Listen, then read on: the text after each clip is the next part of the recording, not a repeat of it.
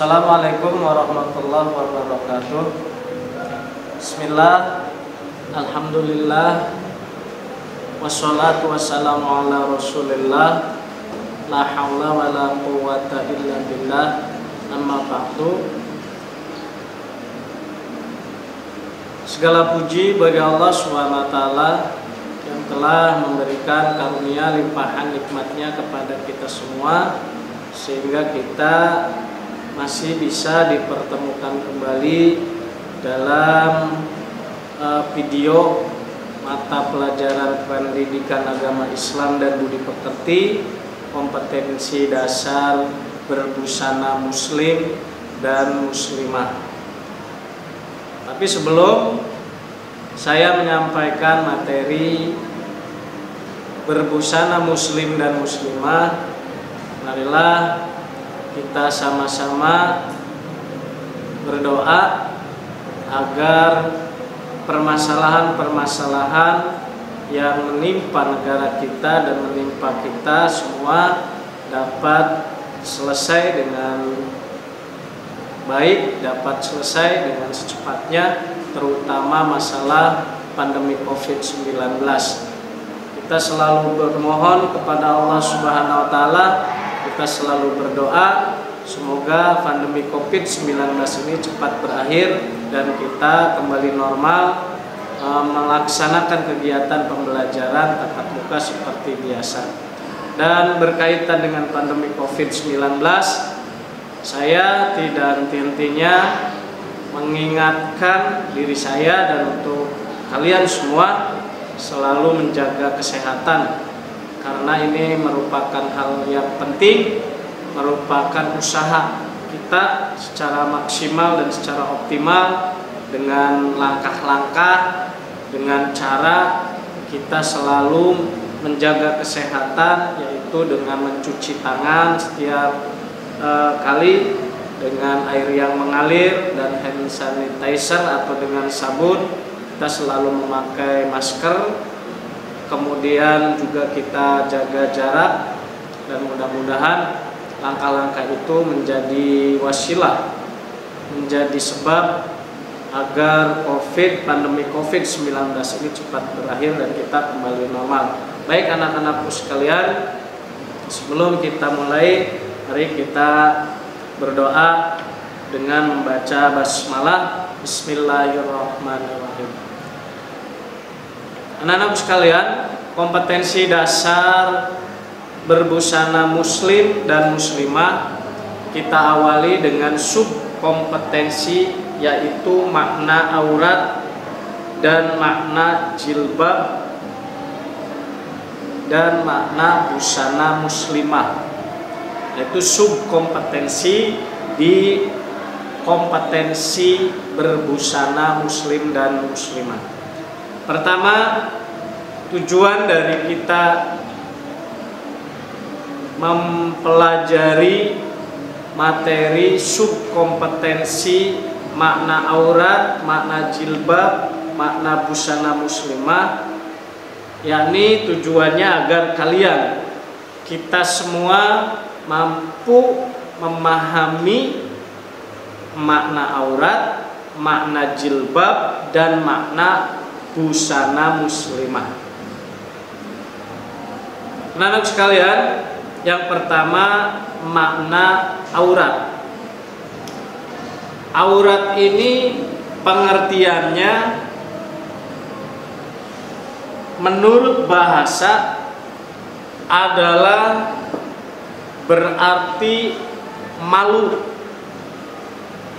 aib, dan buruk.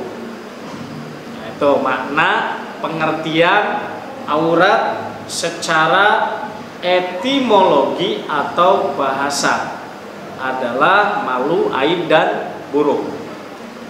Kata aurat itu sendiri berasal dari kata awira, yang artinya hilangnya perasaan. Secara istilah, aurat itu artinya batas minimal dari bagian tubuh yang wajib ditutupi karena perintah Allah Subhanahu wa ta'ala. Nah, itu pengertian aurat. Selanjutnya, subkompetensi yang kedua, makna jilbab. Jilbab secara bahasa, menurut etimologi adalah sebuah pakaian yang longgar. Pakaian yang longgar untuk menutup seluruh tubuh perempuan kecuali muka dan telapak tangan. Nah, itu makna atau pengertian jilbab menurut etimologi atau bahasa. Dalam bahasa Arab, istilah jilbab dikenal dengan istilah khimar. Sekali lagi, di dalam bahasa Arab jilbab itu istilahnya khimar. Nah, dalam bahasa Inggris istilah jilbab ini adalah veil. Jadi selain jilbab atau khimar atau veil untuk menutup bagian dada hingga kepala wanita atau menutup aurat perempuan, dikenal juga istilah lain, yaitu kerudung atau hijab. Kerudung dan hijab itu istilah lain dari jilbab, veil, dan khimar tadi. Kalau di kita nih di Indonesia namanya jilbab atau kerudung nantinya. Di Arab istilahnya khimar. Di Inggris istilahnya veil. Ada juga yang menyebutnya dengan hijab. Yang pasti bahwa apapun istilah tadi, yang populer adalah kan jilbab, yang artinya sebuah pakaian yang longgar untuk menutup seluruh tubuh perempuan kecuali muka dan telapak tangan. Selanjutnya,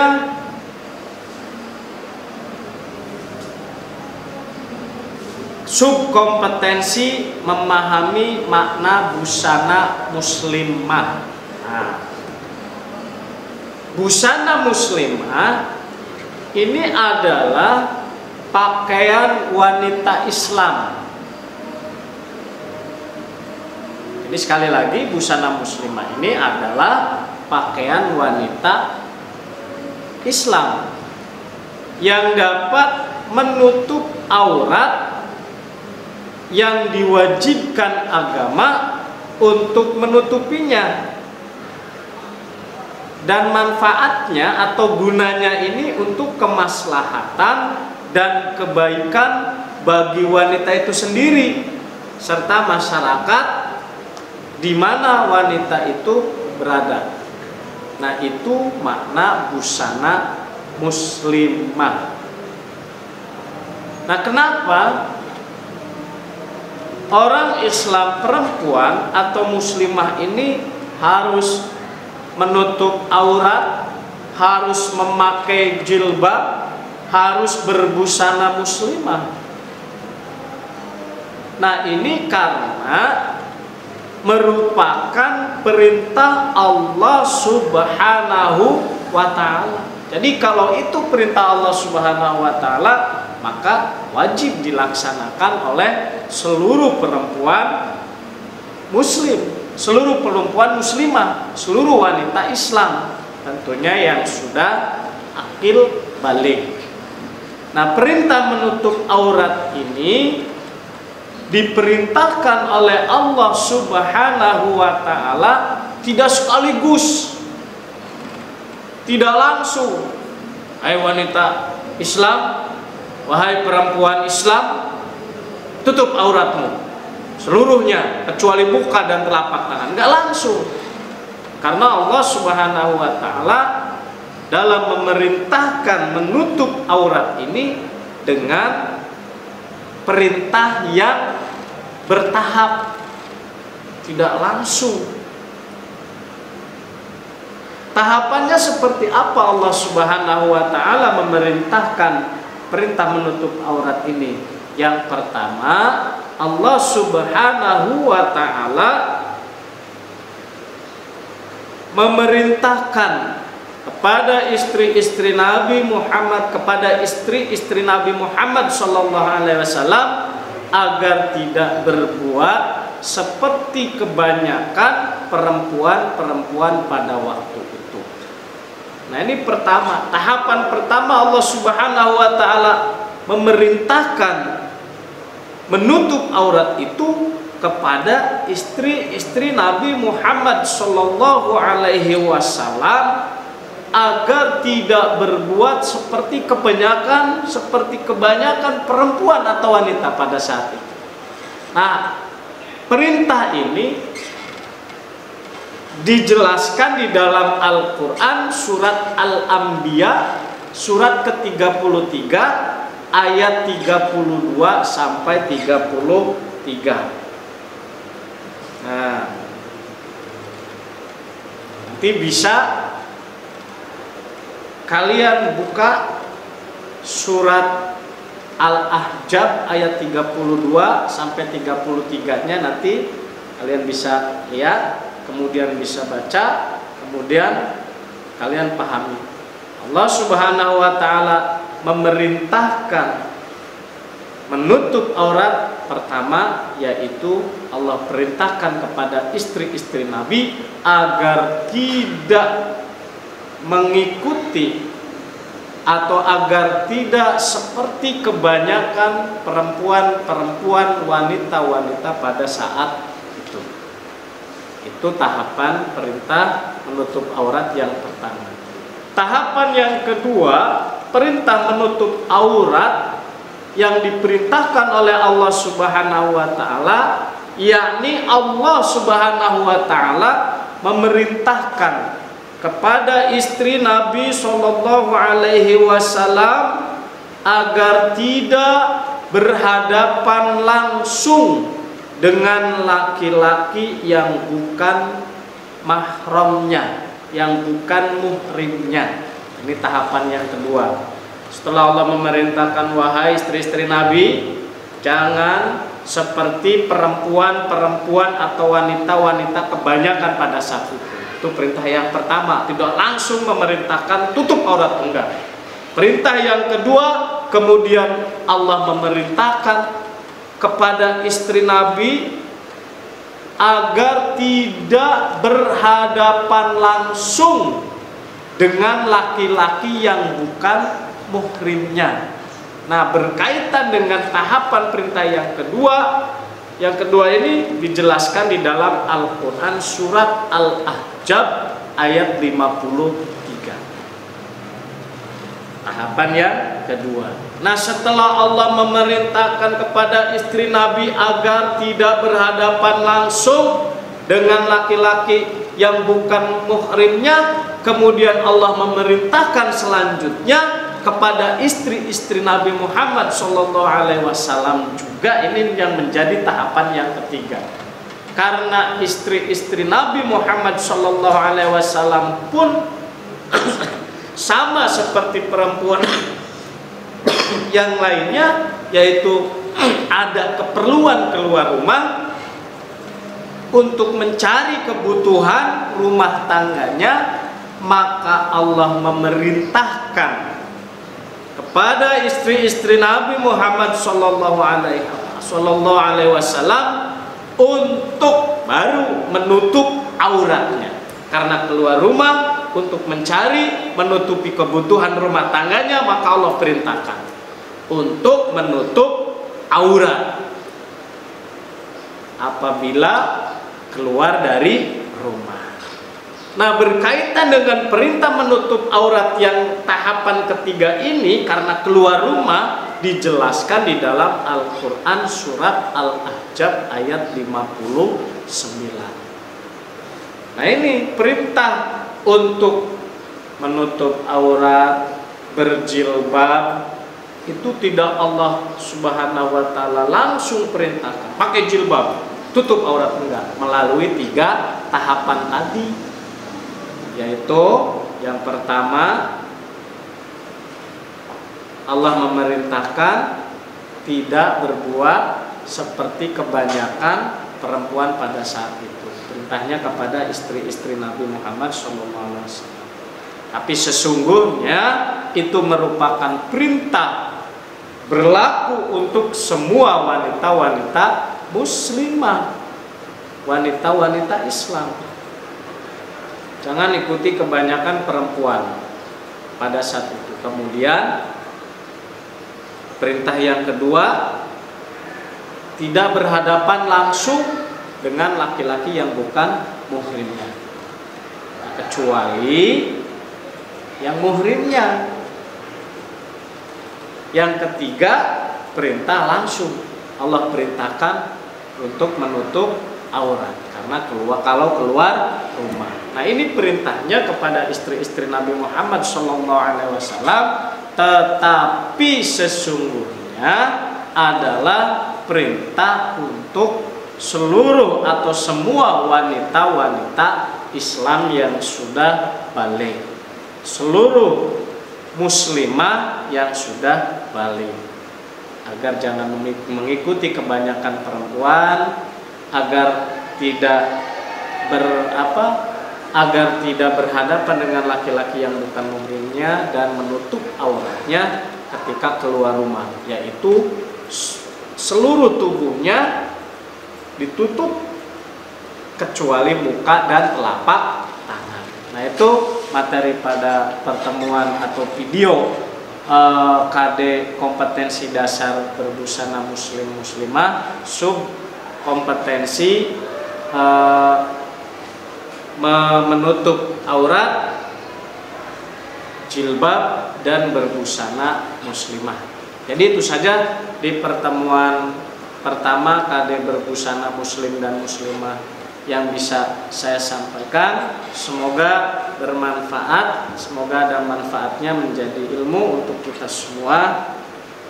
Dan untuk nanti pertemuan yang selanjutnya, yaitu kita akan membahas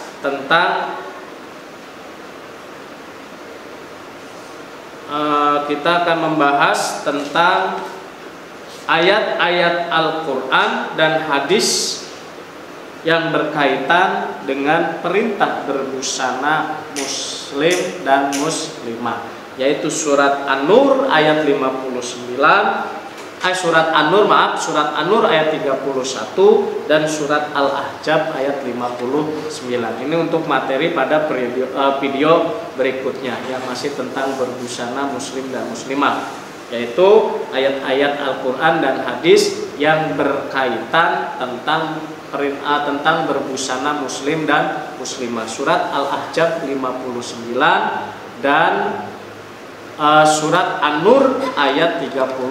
Kemudian hadisnya yaitu hadis yang diriwayatkan oleh Imam Muslim dan dari Ummu Atiyah. Nah, itu materi pada pertemuan berikutnya. Baik anak-anak sekalian, itu saja yang bisa Bapak sampaikan. Mohon maaf kalau ada kekurangan dan kesalahannya. Nanti untuk tugasnya nanti bisa kalian lihat di modul PAI berbusana muslim dan muslimah, makna jilbab, makna aurat, dan makna busana muslimah. Baik anak-anak sekalian, nanti tugasnya kalau sudah kalian kerjakan seperti biasa, ya, kalian kirim ke nomor WA Bapak dan nomor email Bapak. Nanti tinggal kalian japri langsung, dan nomor WA sama emailnya sudah pasti kalian sudah tahu semua, tidak akan Bapak sampaikan. Itu aja yang bisa saya sampaikan. Sekali lagi mohon maaf kalau ada kekurangan dan kesalahannya. Bapak akhiri, wallahul muwaffiq ila aqwamit thoriq, billahi taufiq wal hidayah. Wassalamualaikum warahmatullahi wabarakatuh.